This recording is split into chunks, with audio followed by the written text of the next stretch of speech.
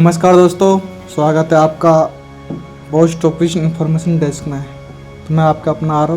तो आज की वीडियो शुरू करते हैं कि जीडीएस की सैलरी कैसे बनती है, टीआरसी का पूरा सच क्या है और जो अपना ऑफिशियल रिकॉर्ड है उसमें इसको किस तरह मेंटेन किया गया है, वो जीडीएस रूल 2020 क्या कहता है।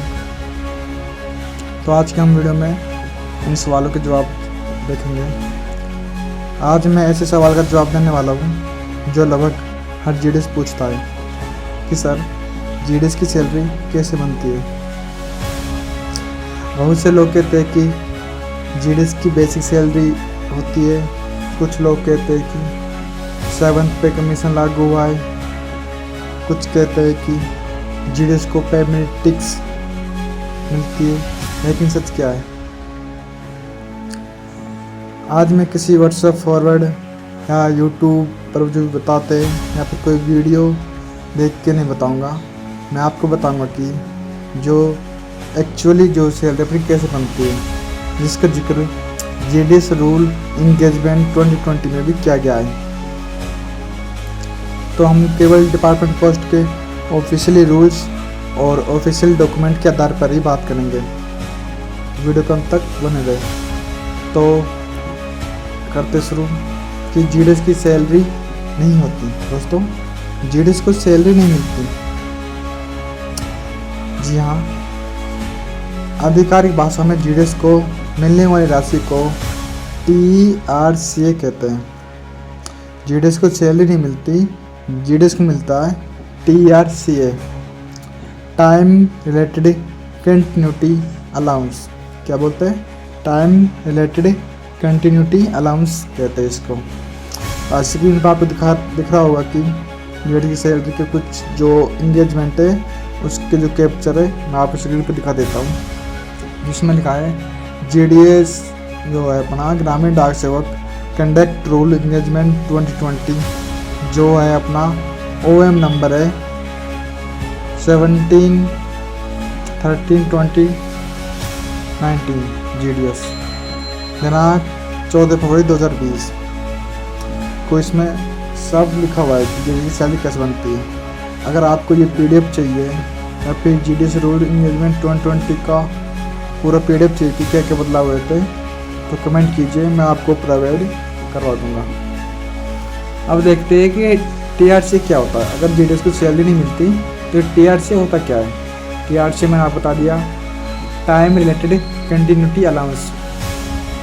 यदि हर जीडीएस को जो बेसिक टीआरसी होता है वह राशि जिसके आधार पर आगे डीए की गणना की जाती है। इसलिए यदि कहे तो जीडीएस की बेसिक सैलरी इतनी है तो टीआरसी में ही बोलेंगे। टीआरसी कौन तय करता है? आप बहुत से लोग सोचते हैं कि सभी जीडीएस की सैलरी बराबर होती है, लेकिन ऐसा नहीं है। डिपार्टमेंट ऑफ पोस्ट ने अलग अलग पोस्ट के लिए अलग अलग टीआरसी जारी किया है। डीपीएम ब्रांच पोस्ट मास्टर के लिए अलग टीआरसी है, असिस्टेंट ब्रांच पोस्ट मास्टर के लिए अलग टीआरसी है, और जो अपने डाक सेवक होते हैं जो एसओ में काम करते हैं उनके लिए भी अलग टीआरसी होता है। इनका अलग अलग टीआरसी होता है जो अपन डिपार्टमेंट ने वो इनको अलग अलग भुगतान तय कर रखा है। अब मानते हैं कि अपनी सैलरी बनती कैसी है, तो आपको जो बेसिक टीआरसी तय होता है कि आपको कितना टीआरसी मिल रहा है। उसके बाद आपको डीए मिलता है। जो डीए होता है ये समय समय पर जो सेंट्रल गवर्नमेंट है इसको तय करती है, और जीडीएस के लिए अलग अलग आदेश भी जारी करते हैं कि आपका डीए इस साल इतना इंक्रीमेंट हुआ है, इस साल इतना बढ़ा है। वो सब सेंट्रल गवर्नमेंट पर तय करता है कि वो कितना बढ़ा रही है। तो आपकी जो मंथली इनकम है उसका ढांचा किस तरह होता है? देखो, सबसे पहले आता है आपका बेसिक टीआरसी है, उसमें ऐड होता है आपका डीए, और डीए ऐड होने के बाद उसमें ऐड होता है आपका जो अन्य भुगतान पेमेंट होती है। जैसे अपना रहा आपको, जैसे अपना आपका हो गया बीओ करेंट हो गया, आपका पीएलआई आरपीएलआई का जो अलाउंस आता है वो हो गया, इंसेंटिव बोलते हैं उसको, और आधार आईडी जिनकी है उनका भी आता होगा, और आईबीपी एजेंट जो उनका भी आता है, और कुछ भी ऐसे होते हैं जिनमें कॉम्बाइन ड्यूटी करते हैं उनका सीडी आता है, साइकिल अलाउंस आता है। वो तय करता है आप पोस्ट के ऊपर कितना अलाउंस मिल रहा है, और फिर उन सब को जोड़ने के बाद जो आपका नेट अमाउंट बनते हैं वो आपको मिल जाते हैं महीने के आखिर में। अब मान लेते हैं कि क्या क्या कट जाता है। तो आप जब सैलरी स्लिप चेक करोगे तो उसमें आपने पॉलिसी करा रखी होगी PLIR के लिए, उसका जो मंथली होगा वो कट जाएगा क्योंकि ऑटो पे हो जाता है। और दूसरा आपका होता है कि थोड़ा सा इनकम टैक्स भी कट जाता है, अगर लागू होता है सैलरी पे तो वो भी कट जाता है। उसके अधिक जो आप अपने EMI वगैरह रहते हो वो रिकवरीज के लिए वो भी कट हो सकता है। और मेन बात अपने एक GDS वो होती है कम्युनिटी, तो बहुत से अपने सर्कल्स होते हैं, डिवीजन्स होते हैं जहाँ पर काफ़ी GDS कम्युनिटी के कुछ पेमेंट कटते हैं, अगर आप चालू कराओ तो कट जाते हैं उसमें। अब आते हैं क्या GDS को 7th पे कमीशन मिलता है। हाँ, ये सबसे बड़ी बात है कि 7th पे कमीशन है वो मिलता ही नहीं मिलता। तो बिल्कुल करेक्ट बात है कि GDS को 7th पे कमीशन बिल्कुल नहीं मिलता। तो GDS का भुगतान होता है वो होता है सेंट्रल सिविल सर्विस पे मैट्रिक्स के अनुसार नहीं होता, उनका जो होता है वो होता है TRC के आधार पर। हाँ, पर उनको सुविधाएं मिल जाती है। जब 7th पे आता है तो कम्युनिटी बैठते हैं, तो कम्युनिटी में तय किया जाता है कि GDS की सैलरी कितनी इंक्रीज की जाए। अब आता है पार्ट 7, एनुअल इंक्रीज कैसे होता है, मतलब साल में पैसे कैसे बढ़ता है। हर साल विभाग TRC नियमों के अनुसार एनुअल इंक्रीज बढ़ाता है। यह पे मैट्रिक्स इंक्रीमेंट नहीं है, TR से संबंधित व्यवस्था होती है जो कि अपने जो 2020 इंगेजमेंट रूल है उसमें साफ साफ लिखा है। अगर आप उस रूल को सारे को पढ़ना चाहते हो, अगर उसकी PDF चाहते हो, ये ऑफिशियल जो PDF जारी की गई है, अगर वो PDF चाहते हो तो वीडियो के एंड में आपको उसका परफॉर्मेंस दिखा दूंगा और लिंक भी डाल दूंगा, तो आप वहाँ से परचेस कर सकते हो या फिर उसको देख सकते हो। अब हम GDS तो ज्वाइन कर लेते हैं, उसके बाद बड़ी बड़ी क्या गलती आ जाती है। तो सबसे बड़ी गलती ये गलतफहमी हम समझ लेते हैं कि GDS जो है उसकी सैलरी पे मैट्रिक्स होती है। तो भाइयों, GDS को पे मैट्रिक्स सैलरी नहीं मिलती, GDS को बेसिक सैलरी भी नहीं मिलती, GDS को बेसिक सैलरी नहीं मिलती, उनको मिलता है TRC। और दूसरी बता दो, GDS और जो रेगुलर एम्प्लॉय होती है उनका सैलरी स्ट्रक्चर भी एक जैसा नहीं होता। कई बार सोचते हैं कि जो अपने सेंट्रल गवर्नमेंट के एम्प्लॉय होते हैं उनका जो सैलरी स्ट्रक्चर है और जो GDS का सैलरी स्ट्रक्चर है वो सेम होता है। नहीं, बिल्कुल सेम नहीं होता। दोनों की सेवा शर्त अलग होती है, नियम अलग होते हैं, समझे। और जो अपना आता है, अब तो इसको ग्रामीण डाक से भी कहते हैं, वरना 90s में इसको हम ED बोलते थे। GDS का पहला नाम था ED, एक्स्ट्रा डिपार्टमेंट। तो रेगुलर में अभी तक ये सम्मिलित नहीं हुआ है, ठीक है। और तुम्हें बता दिए, अभी हमने जो 2020 रूल इंगेजमेंट है उसको अभी हमने आपको बताया कि सैलरी स्ट्रक्चर कैसे बनते हैं। अगर आप चाहते हो इसी टॉपिक पर GDS की सैलरी का पॉइंट टू पॉइंट कितना सैलरी मिलता है, कितना TR से BPM कट मिलता है, ABPM को कितना मिलता है, डाक सेवक को कितना मिलता है, और DA कितना कम मिला था और साल में कितना इंक्रीमेंट बनता है, उस पर वीडियो चाहते हो तो आप सैलरी रिलेटेड अगर फुल डीप वीडियो चाहते हो तो बताइए, हम इस पर एक फुल डीप वीडियो बना देंगे जिसमें आपको रूल इंगेजमेंट के जो डिपार्टमेंट की रूल है उसके हिसाब से वीडियो बनेगी, और उसके बाद से कोई वीडियो नहीं देंगे, ना ही कोई व्हाट्सएप फॉरवर्ड मैसेज होगा, ना ही गूगल का होगा। जो ऑफिशियली प्रूव्ड जो होता है अपना एंगेजमेंट रूल होता है उसको ही हम बताएंगे। चलो दोस्तों, अभी मैं आपको दिखा देता हूँ कि जो रूल है उसकी पीडीएफ मैं आपको स्क्रीन पर दिखा देता हूँ किस तरह की है, तो आप उसको देखिए। अगर आप चाहते हैं, आप इस पीडीएफ को पढ़ना चाहते हैं या फिर इसको आप एक्सप्लेन करवाना चाहते हैं तो कमेंट कीजिए। धन्यवाद, मिलते हैं नेक्स्ट टॉपिक पर।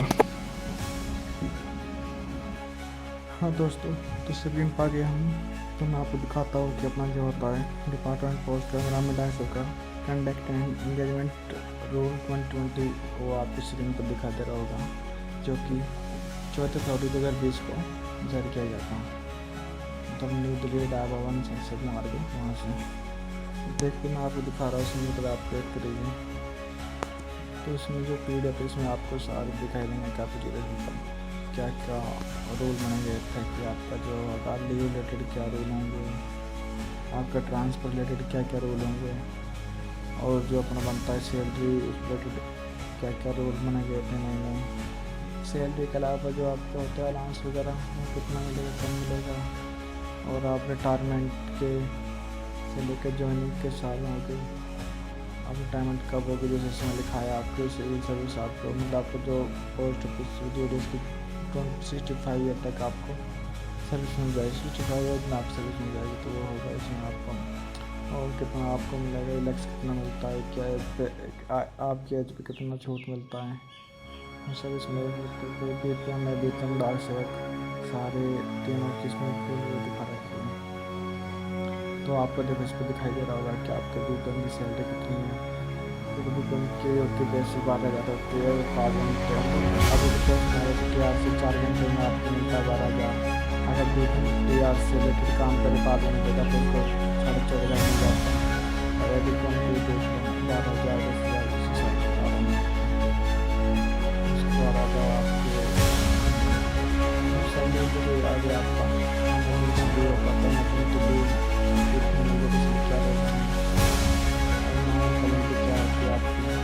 आपको जो काम करते हो आप पर क्या क्या मतलब कुछ गलती करते हो उसको क्या क्या आपको सर्विस को लिखा है, कम मिलती कम नहीं मिलती,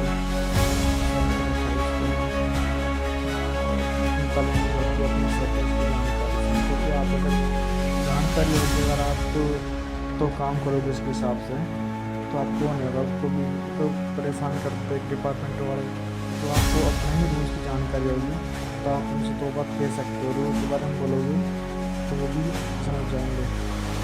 अब वो आपको समझे तो समझो तो क्यों कर सकते हो, किस रीजन से कर सकते हो, वो रीजन ही ना बताना तो कोई आपको रेटिंग कर नहीं सकता।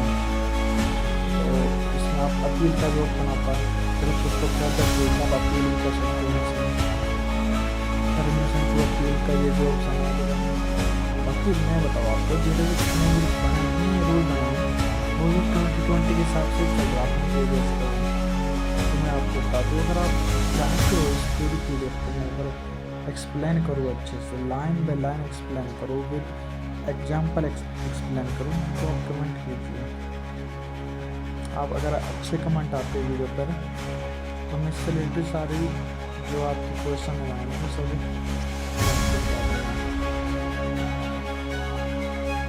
देखो, जो इसको जब पास करते तो सारे संचार मंत्रालय से आए, तो यदि कोई डिपार्टमेंट से किसी के हिसाब बनाते हैं, आपका रूल जो है के हिसाब से आपको जब आर्टिकल क्या है आर्टिकल आपको पता ही नहीं आर्टिकल आपको, तो मैं बताता हूँ आपको आपको जरूरी है, तो आप इसको आपको जानना बहुत जरूरी है। मुझे जब तक आप कोई रूल आप इसमें जॉब करो तो कोई नहीं जाएंगे, तो आप कितना भी काम कर लो तो कोई गलती उसकी रहेगी। तो अगर चाहे आप इस पीडीएफ को फिर से पढ़ना चाहते हो तो मैं आपको इसका लिंक दे दूँगा, सीधा आपको जो अपना चैनल है उसमें लिंक दे दूँगा। अगर आप चाहते हो कि इसको फुल एक्सप्लेन करो तो छोटी छोटी बारीकी से बाइक को पॉइंट है उसको मैं एक्सप्लेन करूँ। तो चैनल को सब्सक्राइब करें, कमेंट भी करना, अगर जब तक कमेंट नहीं करोगे तो इस टॉपिक पर वीडियो कैसे बनाएगा, जब समझ रहे हैं। तो फिर कमेंट कीजिए, अच्छे खासे कमेंट आते तो इसको होते अपने को अपने डिपार्टमेंट ऑफ गवर्नमेंट आर्ट्स इसकी पूरी वीडियो आपके सामने ला दूंगा, बस आप कमेंट कीजिए। ठीक है, धन्यवाद।